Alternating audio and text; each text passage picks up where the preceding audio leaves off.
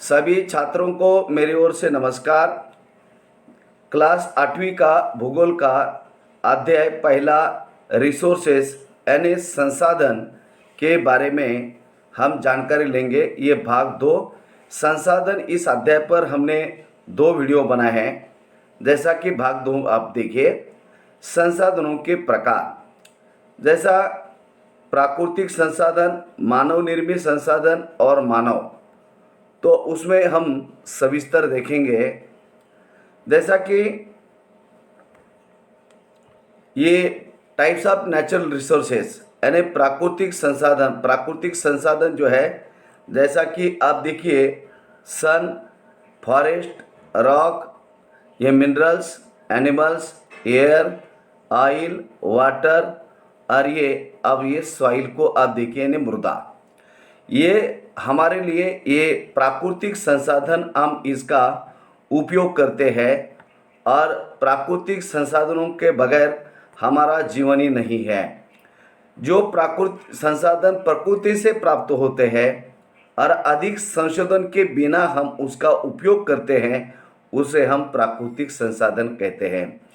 जैसा कि अभी सूर्य से आने वाले किरण, जो प्रकाश, उसका हम सीधा उपयोग करते हैं। वायु का सांस लेने के लिए उपयोग करते हैं।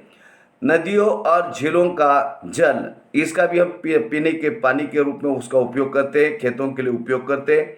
और मृदा, जिसका फसल उगाने के लिए हम उपयोग करते हैं।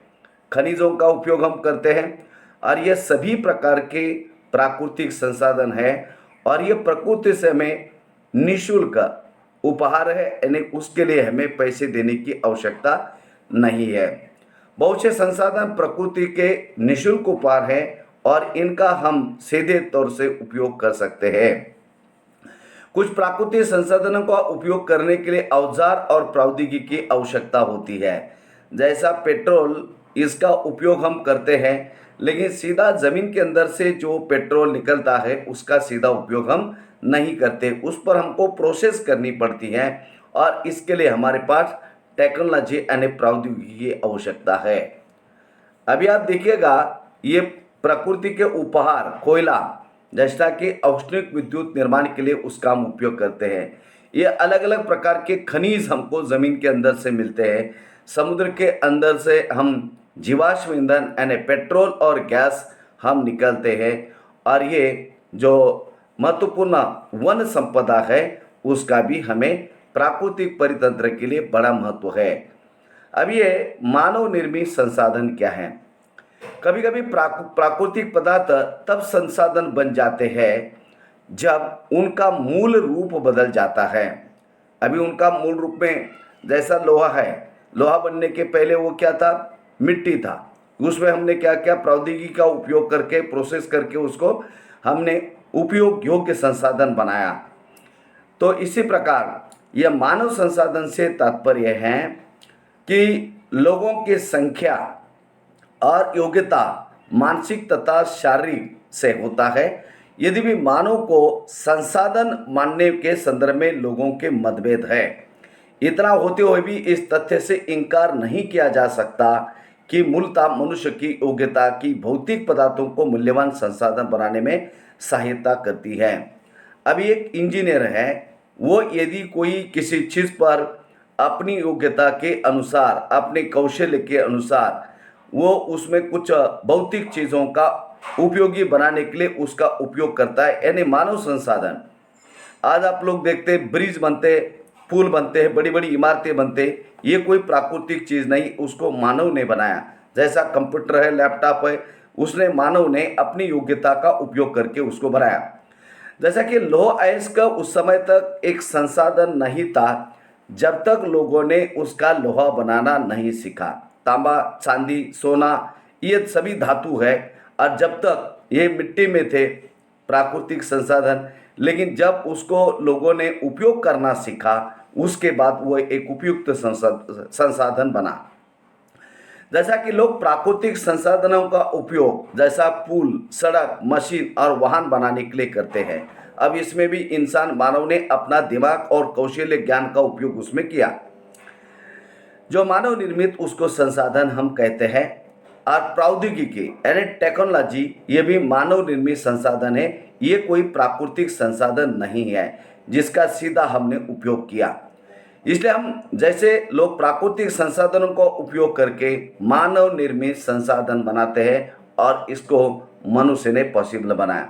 अभी आप देखिए मानव निर्मित संसाधन, उसमें इमारतें, ऊंची ऊंची इमारतें किसने बनाई? इंसान ने, मनुष्य ने बनाई। ये कोई प्राकृतिक उपहार नहीं है। ये पार्क मनुष्य ने बनाया। पुल, इसमें भी अपने प्रौद्योगिकी और टेक्नोलॉजी का इस्तेमाल करके बड़े बड़े ब्रिज तैयार किए। जैसा कि सड़क, इसके अलावा आप ये उद्योग, और जैसा कि स्मारकों को आप देखेंगे तो इस तरह उन्होंने उपयोग किया। अभी आप देखेंगे ये जो मानव संसाधन हैं, लोग और अधिक संसाधन बनने के लिए प्रकृति का सबसे अच्छा उपयोग तभी कर सकते हैं जब उनके पास ज्ञान और कौशल्य तथा प्रौद्योगिकी की उपलब्धता हो।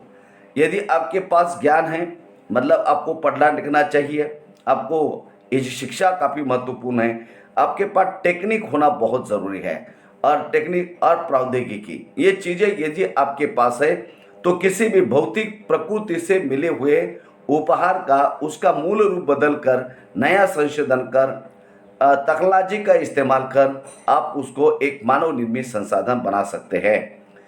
इसलिए मनुष्य एक विशिष्ट प्रकार का संसाधन है और इसलिए लोग उसको मानव संसाधन कहते हैं।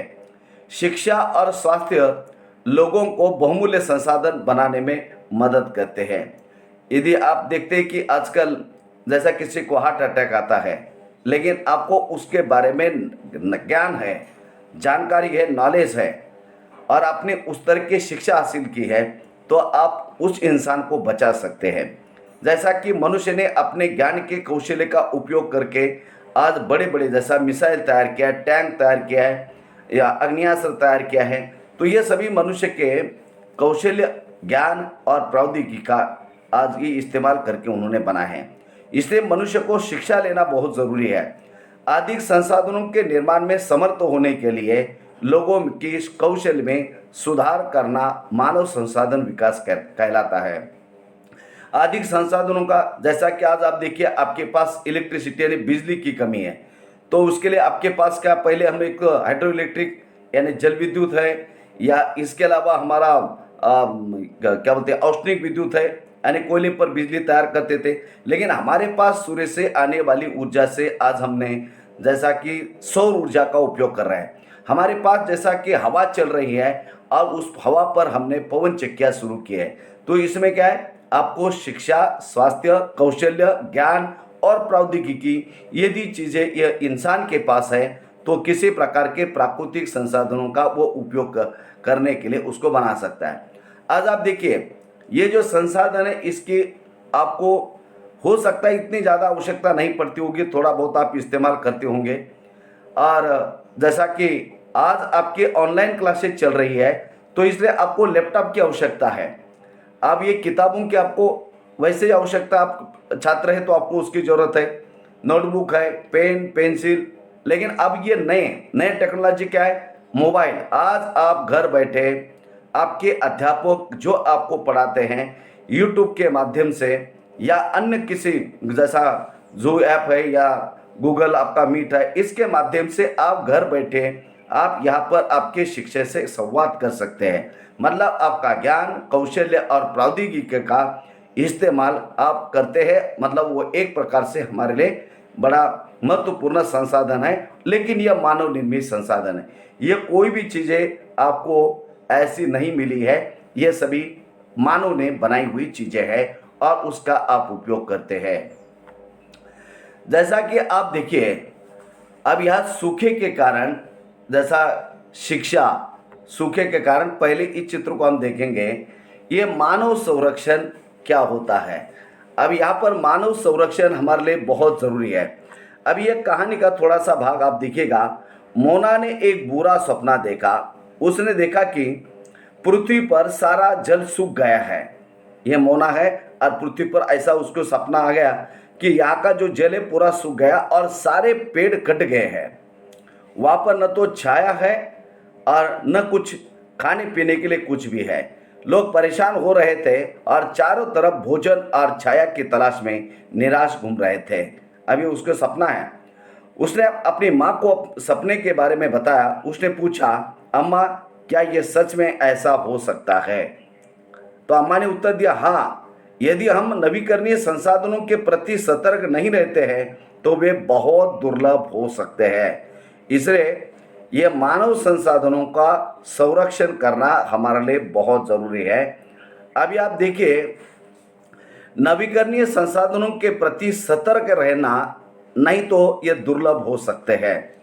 अब ये जो अनवीकरणीय संसाधन जिसका एक बार उपयोग करने के बाद दोबारा आप उपयोग नहीं कर सकते, जैसा जीवाश्म ईंधन, उसको बनने के लिए हजारों साल लगते हैं। लेकिन जो हमारे पास नवीकरणीय संसाधन है, जैसा कि जल है, पेड़ पौधे, वनस्पति है, तो ये मान लीजिए कि पानी आपका खत्म भी होता है लेकिन फिर दोबारा बारिश होने के बाद आपको पानी मिल सकता है, फिर तालाब में आ सकता है, तो उसको संभाल के उपयोग करना चाहिए।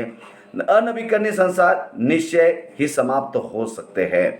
आपका जीवाश्म ईंधन यानी पेट्रोल, डीजल, ये एक दिन समाप्त होने वाला है और उसको बनने के लिए कई साल लग सकते हैं। संसाधनों का सतर्कतापूर्वक उपयोग करना, उन्हें नवीकरण के लिए समय देना। अभी आप जो संसाधन हमारे पास है उसका सतर्कता यानी सावधानी से उसका उपयोग करिए। आगे आने वाली जो पीढ़ी है उनके लिए भी ये संसाधन बचाकर रखना ये हमारा काम है। इसलिए संसाधनों का सतर्कतापूर्वक उन्हें नवीकरण के लिए समय देना, यही संसाधन संरक्षण कहलाता है। मतलब अभी हमारे पास बिजली है, उसका ज़रूरत नहीं है तो भी उसके घर में, अपने घर में बिजली चालू रखो। पानी अभी जितना इस्तेमाल करना, नल चालू करके रखो, तो ये सब ठीक नहीं है। भले वह नवीकरण संसाधन है लेकिन उसका हमने सतर्कता से उपयोग करना जरूरी है। संसाधनों का उपयोग करने की आवश्यकता और भविष्य के लिए संरक्षण में संतुलन बनाए रखना, इसको सतत पोषणीय विकास कहते हैं। ये संसाधन जैसा हमें अपने घर में है तो बिजली की ज़रूरत है, तब आप उसकी बिजली को चालू करो। जब आपको आवश्यकता नहीं है तो घर के जितने भी गैजेट है उसको बंद करके रखना चाहिए, उससे बिजली बच सकती है, उसका उपयोग लोगों के लिए हो सकता है। और दूसरी बात कि हमारी आगे आने वाली पीढ़ी जो भविष्य में, उनके लिए भी संतुलन और उसका संरक्षण करना जरूरी है और इसलिए हम उसको सतत पोषणीय विकास कहते हैं। अभी आप देखेंगे संसाधन के जो संरक्षण के तरीके क्या है। प्रत्येक व्यक्ति को कम से कम करके वस्तुओं के पुनर्चक्रण और पुनर्उपयोग के द्वारा उसका योगदान करना जरूरी है। अभी आप देखेंगे इसके पहले वाले चित्र में, आप देखिए जो सपना आया था, सूखे के कारण फसलों का विनाश में इसका समाधान निकाल सकता हो। अब ये कौन? मनुष्य निकाल सकता है। हाँ, क्यों नहीं निकाल सकता? यह सब ज्ञान, शिक्षा, कौशल्य के कारण संभव हुआ है कि हम इसका समाधान निकाल पाए हैं। अब ये सब लोग चर्चा कर रहे हैं कि यदि अकाल पड़ता है, पानी की कमी होती है या फसल आपकी खराब होती है तो उस पर उपाय, मनुष्य एक दूसरे के ऊपर निर्भर है और उस पर उपाय भी मनुष्य निकाल सकता है। किसान सभी के लिए अन्न उपजाते हैं। वैज्ञानिक कृषि से जुड़ी विभिन्न समस्याओं में और अन्न उत्पादन बढ़ाने के लिए उपाय खोजते हैं।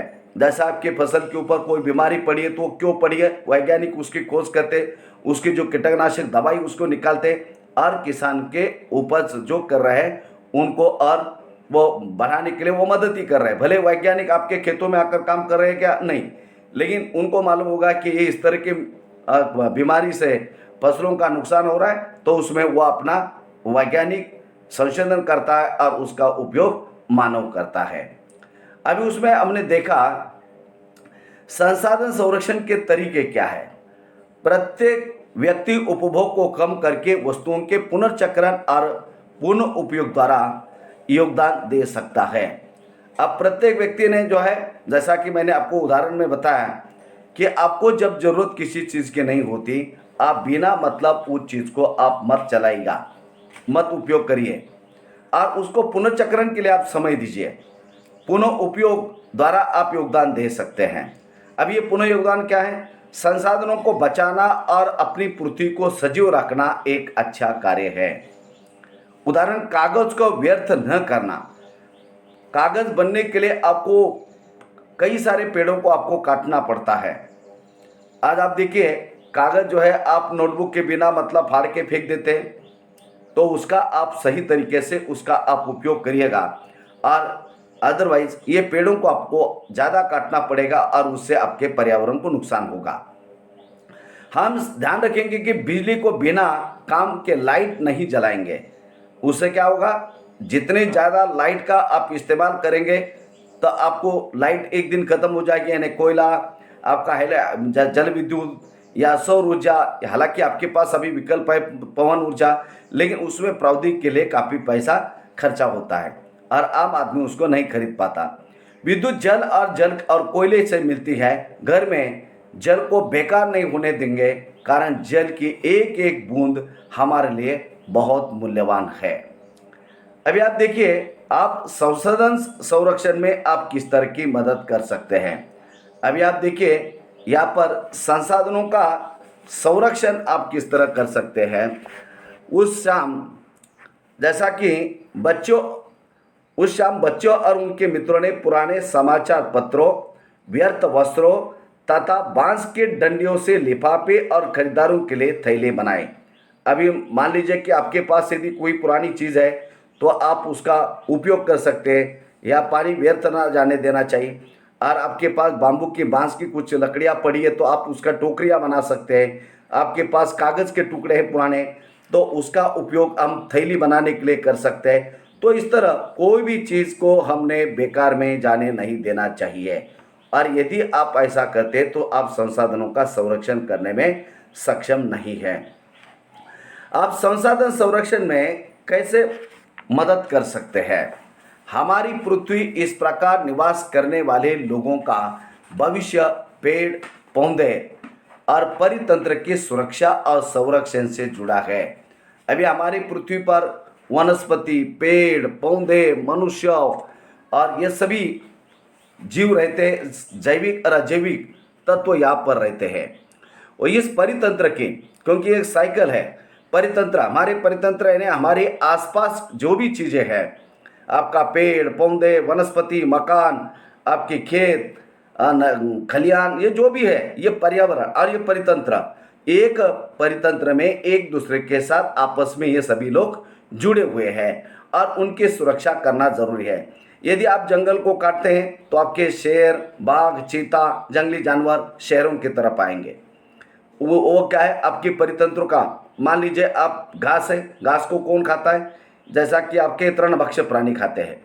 तृणभक्षी प्राणी को कौन खाता है, या मांसभक्षी प्राणी खाते हैं। मांसभक्षी प्राणी क्या करते हैं, ये पूरे आपके जंगल की रक्षा करते हैं। तो एक तरह से यह पर्यावरण का परितंत्र को बनाए रखना ये हमारा सभी का काम है, कर्तव्य है, और उसका संरक्षण हमने करना चाहिए।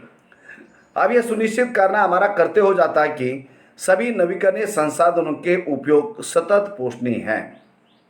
जैसा कि पानी है, आपके पेड़ पौधे हैं, इनका अपने उपयोग सतर्कता से करना चाहिए, ताकि आने वाले पीढ़ी को उसका उपभोग वो ले सके और उसका कम से कम मात्रा में जब जरूरत है तब उसका हमने उपयोग करना चाहिए। पृथ्वी पर जीवन की विविधता संरक्षित होनी चाहिए, जैसा कि पेड़ पौधे, वनस्पति, मनुष्य, जीव जंतु, सभी प्रकार के, ये सभी के सभी उनका संरक्षण करना चाहिए। और जितनी डाइवर्सिटी, विविधता उसके अंदर रहेगी, उतना हमारा पर्यावरण संतुलन रहेगा। प्राकृतिक पर्यावरण तंत्र को हानि कम से कम हमने पहुंचानी चाहिए। तो जैसा कि आप देखिए, सतत पोषणीय विकास के कुछ सिद्धांत क्या है।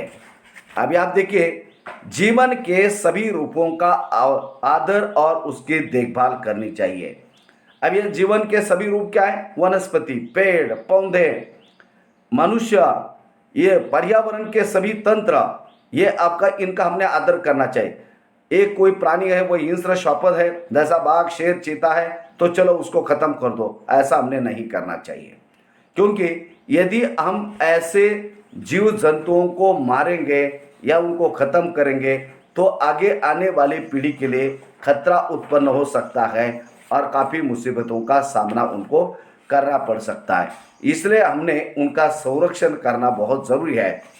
मानव जीवन की गुणवत्ता को बढ़ाना, जैसा कि लोगों के जीवन स्तर को बढ़ाना, ये हमारा महत्वपूर्ण काम है। अभी पृथ्वी की जीवन शक्ति और विविधता का संरक्षण करना। अभी आप देखिए, जीवन की सुरक्षिता, जैसा कि हम संसाधनों का उपयोग करके आवश्यकता और भविष्य के लिए उसका संरक्षण करना और उनका संतुलन बनाए रखना, यही सतत पोषणीय विकास कहलाता है। पृथ्वी की जीवन शक्ति और विविधता का संरक्षण करना, ये उसके अंदर है। प्राकृतिक संसाधनों के ह्रास को कम से कम करना। प्राकृतिक संसाधन जितने भी है, जैसा कि वनस्पति, पेड़ पौधे, जितना आपके, इनका संरक्षण करना हमारे लिए जरूरी है। अदरवाइज क्या होगा, हमारे प्राकृतिक पर्यातंत्र का ह्रास हो सकता है। पर्यावरण के प्रति व्यक्तिगत व्यवहार और अभ्यास में परिवर्तन करना चाहिए। समुदायों को अपने पर्यावरण की देखभाल करने योग्य बनाना चाहिए। तो हमने ये लोगों को बताना चाहिए कि किसी भी जीव जंतु को मारना, पेड़ पौधों को काटना, तो ये एक तरह से प्राकृतिक संसाधनों के साथ छेड़छाड़ करना है। और जब हमें किसी आवश्यकता नहीं है, जैसा कि उदाहरण के लिए पानी, जब आपका स्नान हो गया, उसका इस्तेमाल हो गया, तो अपने नलों को बंद करना चाहिए। आपके घर में इलेक्ट्रिसिटी चल रही है, बिना वजह से पंखे ट्यूबलाइट चल रहा है, आप उसको बंद करके रखिए। जैसा जंगल में कोई जानवर या आपको कहीं इधर उधर कोई ऐसा जानवर मिलता है, तो उसका संरक्षण करिए और उससे आगे आने वाली पीढ़ी का, उनको उनके भविष्य के बारे में हमने सोचना चाहिए। तो इसी को हम ये संसाधन कहते हैं। तो हम संसाधनों की सुरक्षा रक्षा करना, ये हमारा काम है। तो इस तरह इस अध्याय के दोनों भागों को हमने पूरा किया। आप इन वीडियो को ज़्यादा से ज़्यादा देखें और आपके अध्याय के नीचे दिए गए प्रश्नों को अपने होमवर्क के नोटबुक में आप लिखिए। तो सभी को मेरा नमस्कार।